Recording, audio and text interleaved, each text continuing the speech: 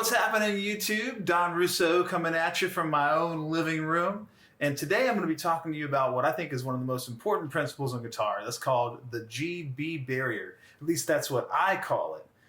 This talks about how the guitar is tuned and how shapes are altered on the guitar. Okay, well, as a lot of you guys know, when you're tuning your guitar, you start here on the 5th fret of the low E string and tune down like that from string to string. And so what we're doing there is we're going to a 4th. 1, 2, 3, 4, right? We're tuning from the low E string to the A string. And then 1, 2, 3, 4. And when you get to the B string, then all of a sudden you're tuning a 3rd, and then here a 4th. So the guitar is tuned in 4th except for between the G string and the B string. And this is where we run into what I call the G-B barrier. I feel like I should have like an effect right there where it goes barrier, barrier, barrier, barrier. Like something like stamping on the screen. Anyway, so this really screws a lot of guitar players up because this messes up all the shapes on the guitar. It completely disrupts all of the symmetry. So unlike bass, we have this weird kink in our guitar. So what you have to do to compensate for it is to move up when you go across from G to B and move down when you go from B to G. So let me show you what I mean.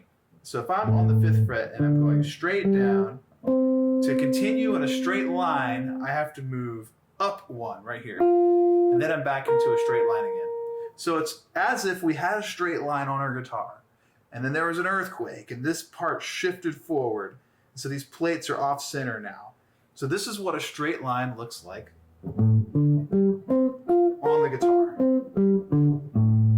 So if I go from the G string to the B string, I have to move up to compensate. And if I go from the B string down to the G string, I have to move down to compensate. Now this messes up a lot of shapes. Let's try a couple simple shapes. Let's take our typical power chord, which is also known as a 5 chord. So I'm going to take this power chord shape, I'm going to move it down, everything's good, but when I get here, it sounds like junk, right? So what happened is this string here is the B string, and so when I went across, this is actually tuned in a 3rd and not a 4th, so I have to compensate and move that up. Now it sounds like the power chord we all know. And if I move it down, this finger also slides up. Or otherwise, it sounds like that. So watch slowly. This shape, as it goes down, will morph here and then morph again. Cool. Let's try another common shape. How about a 3rd? If you don't know your 3rd and 5th shapes, you should learn them. So here's a 3rd. Moving it down. Move it down again. When I get here, ooh, it's a minor 3rd now because this one needs to move up. So then they become on top of each other. So it's like this.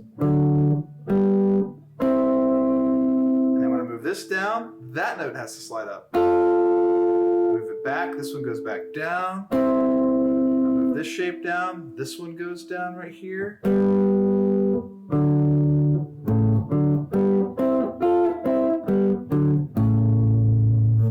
So you can do any kind of shape and it's going to look the same way. As you move it up the strings, when you get to the B string, you have to move up. And when you come back to the G string, you have to move back down. So like, let's do one more shape. Like, let's do an octave because that skips a string. Okay. So this is an octave. Octave meaning the 8th note in the scale, right? And then here we go, which is the same note, octave higher. So this one's the same.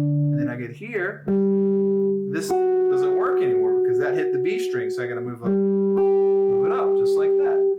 And this one stays the same.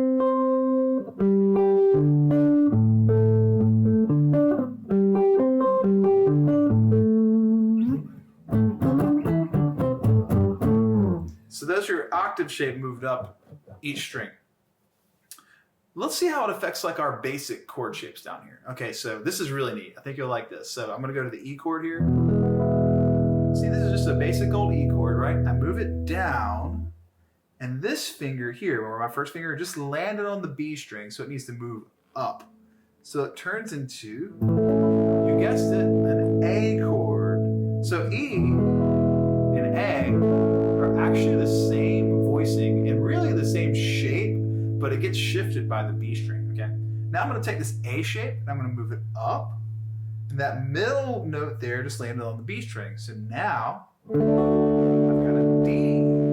So E, A, and D are all the same chord family and all the same voicings. They just look different because of that G-B barrier, this invisible force field that happens between here, right? And so that's one chord family, E, A, and D, right? It's so neat to simplify it to just those three. Now watch this. If I play a G chord, and I'm doing this like kind of cowboy style here, singer-songwriter style. So if I move this G up, the top note's gonna fall off and the B string has to move up so it becomes a C chord shape. So G and C are the same chord shape, but they look different because of the B barrier. If I take this C and I move it down, then it turns into this F shape that we're all familiar with. So G, C, and F are all the same chord shape. E, A, and D are all the same chord shape. And you can take those two chord families and build pretty much any chord you need and any voicing from each of the bottom four strings here. And it's also really good and helpful when you're doing the cage system that you understand the chord voicings. And simplifying it down to just two basic chord families makes it really easy. If you don't understand the cage system, there's a video for that too. All right, so we've shown you how it affects like small shapes, and we've shown you how it affects chords. Hopefully we're simplifying the guitar a little bit for you now. It also affects scales. So if I'm doing a scale, let's just take the major scale. I'm gonna do one from the middle finger.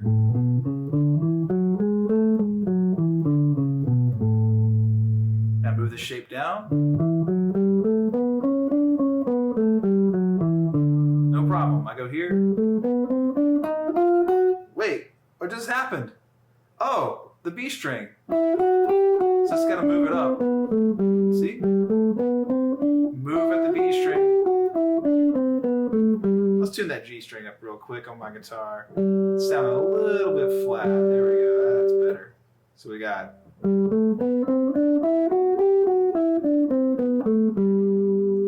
Now when I take it here to this string, it doesn't work here either. So I gotta move this up immediately.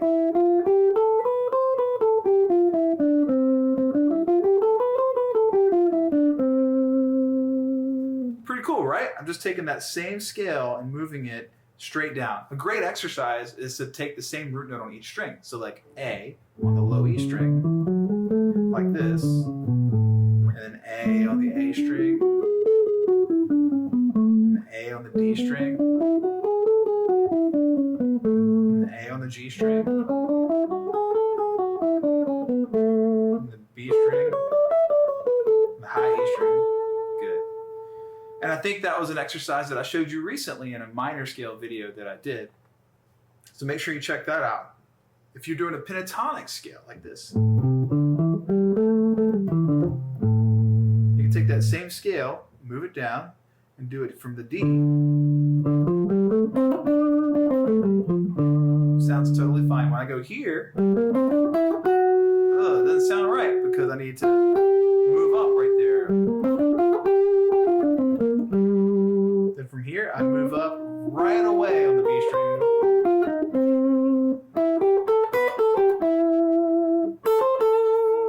So you could do that same exercise we did for the major scale earlier and do it with the pentatonic on each string.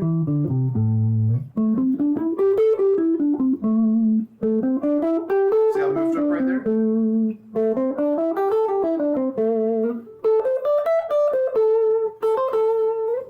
Cool. So I've shown you how it affects like small shapes, I've shown you how it affects chords, and I've shown you how it affects scales. It can do the same thing for arpeggios. If I was doing move it up, it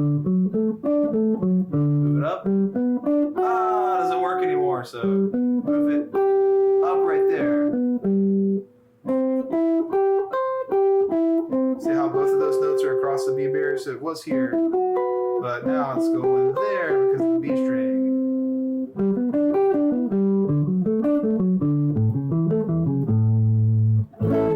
Cool. I hope that makes sense to you. Awesome. If you have any questions, please comment and make sure you ask if you have questions or if you want to like expand upon this a little bit more. Also, you can do melodies, you know, and you can move those within different octaves and stuff like that, moving string to string to string. And the melodies will always do the same thing. You just move up the note that's on the B string. So if I was doing like, let's move it up. Now this one has to slide up.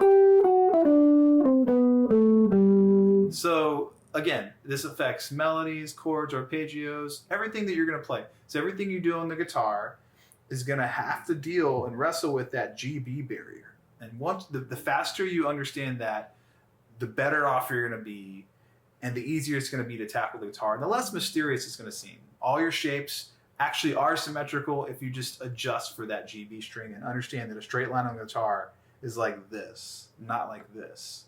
And that should help you guys a ton with your playing. I hope you guys enjoyed this video. Like I said before, comment if you want to say something to me, talk to me, ask me a question, something you want to learn about. Make sure you subscribe to our channel, and we'll see you next time.